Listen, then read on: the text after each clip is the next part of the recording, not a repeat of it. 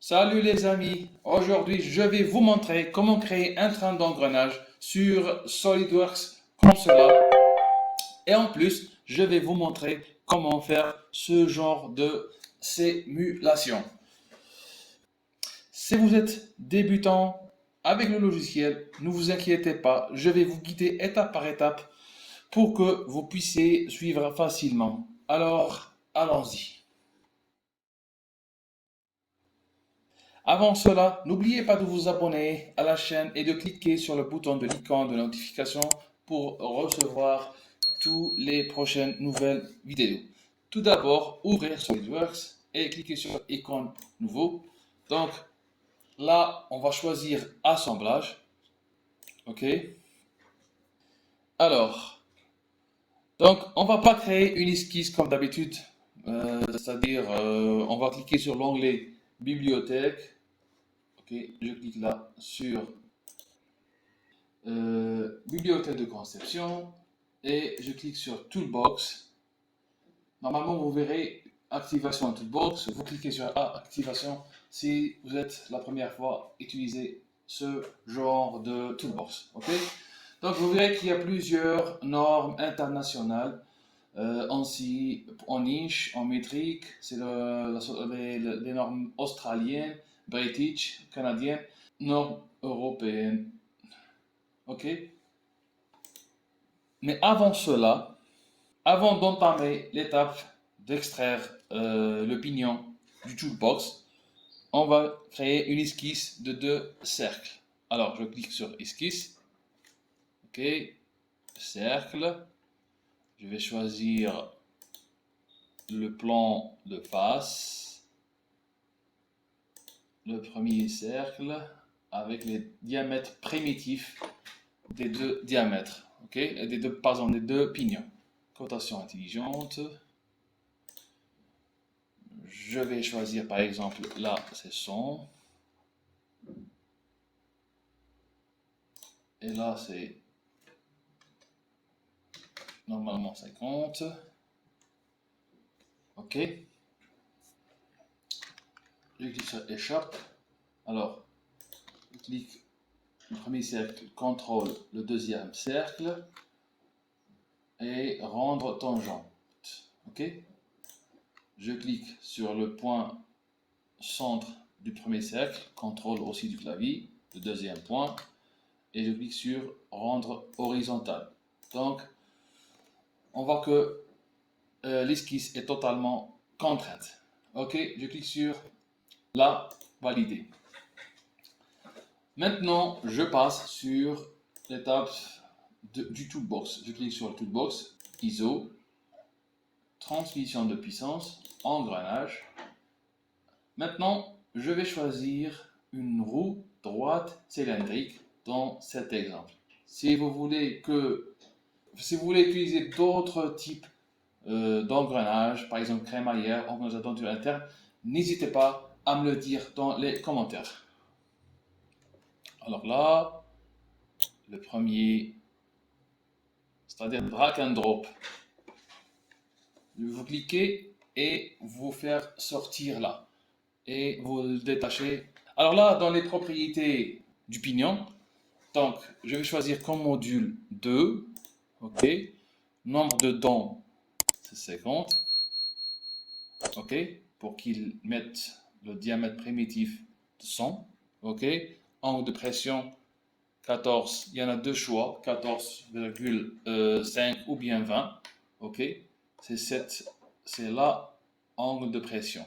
C'est-à-dire si je modifie, vous verrez qu'il y a un changement là. C'est l'angle de pression. Ok. Donc je préfère de le laisser comme 20. La largeur, je vais la fixer pour 20. Alors, là, le style de moyeu, il y a trois types. Il y a trois styles de moyeu.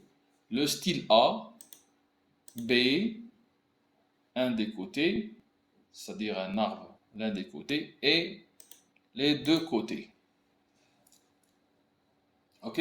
Dans cet exemple, je vais adopter le type A avec un diamètre nominal de l'arbre. Que veut dire ça? C'est-à-dire le diamètre nominal de l'arbre de 38. Ok, la rainure, c'est cette rainure-là. Il y a deux types, ou bien un seul type rectangulaire. Si vous voulez mettre deux, ça va être 2. Donc, je vais choisir aussi une rainure, une seule rainure, et c'est bon, je valide. Donc on a besoin de deux pignons. Donc, je clique sur le deuxième. Si on aurait besoin de 3, je clique 3, 4, 5, comme vous voulez. Ok, je clique sur 2 et je clique là sur croix rouge. Alors, bouton droit, ok, éditer les composants de Toolbox pour modifier le diamètre et le diamètre primitif du pignon et le diamètre de l'arbre. Ok. Le module, bien sûr qu'on va laisser 2 pour que les deux pignons soient en mouvement. Le nombre de dents, bien sûr, pour qu'il soit, on va choisir 25. Ok. Ne vous inquiétez pas. Donc, on va modifier le diamètre de l'arbre. Je vais choisir 18. Et voilà. Je vais choisir aussi rainure carrée, une seule rainure carrée. Alors, là, je vais cliquer sur assemblage, déplacer les composants. Je vais déplacer ce composant là et ce composant, pardon, c'est bon. Déplacer le composant.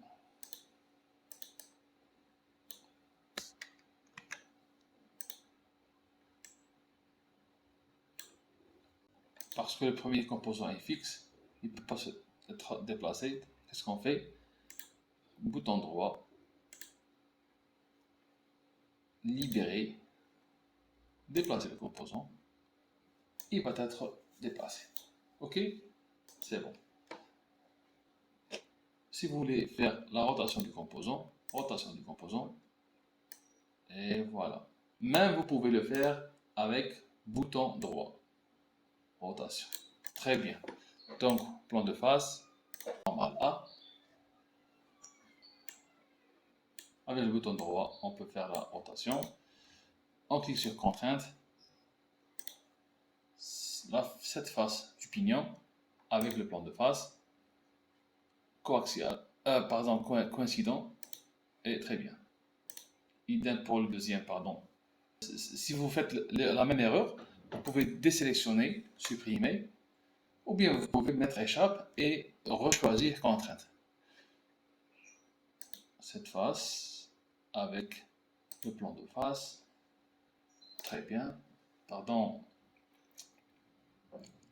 Cette arête là avec le premier cercle coaxial, très bien. Cette arête là avec le deuxième cercle, toujours coaxial, très bien. Et terminé pour la première étape. Je peux faire circuler le premier pignon et le deuxième pignon, mais vous voyez qu'il y a une interférence ou bien une collision entre les deux pignons. Qu'est-ce qu'on fait? C'est-à-dire, je bouge le pignon de telle façon qu'il n'y a pas une collision entre les deux. Ok, c'est bon.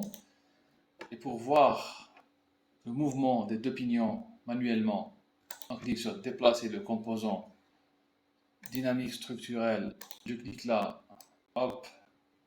Vous voyez qu'il y a le mouvement des deux pignons avec la détection de collision. Très bien. Alors, on passe maintenant sur la deuxième étape, l'étude de mouvement. Ok. Avant cela, on peut supprimer ces arêtes-là. On clique sur l'arête et cacher. Très bien. Maintenant, complément de SolidWorks, on clique sur SolidWorks Motion et étude de mouvement là. Alors, dans cette étape, on va commencer de choisir le temps de simulation. Par exemple, je vais choisir 8 secondes. OK. Alors, je vais cliquer sur Contact pour définir le contact entre ces deux instances. OK. Pour qu'il n'y ait pas de collision entre eux. Je vais choisir un moteur, bien sûr circulaire. Il y en a deux types de moteurs, linéaires et circulaires. Dans cet exemple, bien sûr, on va choisir un moteur circulaire pour que la rotation de l'arbre. Là, on peut choisir le sens de rotation de cette flèche-là. On peut le modifier, comme vous voyez, très bien. Alors, on choisit la vitesse, par exemple, 20 rotations par minute, tour minute. Je clique OK. Mais n'oubliez pas de choisir analyse de mouvement avant de lancer les calculs. Et je lance le calcul. Très bien. Et voilà.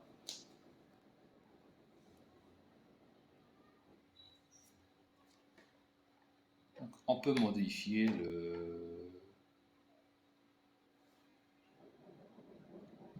Très bien. Si vous voyez que la vitesse est trop pour l'exemple, vous pouvez modifier la vitesse du moteur circulaire, éditer la fonction.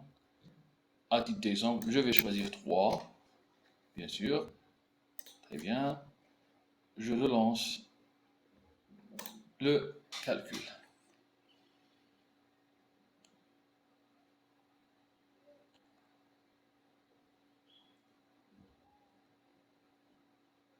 Alors voilà, votre train d'engrenage est maintenant bien prêt.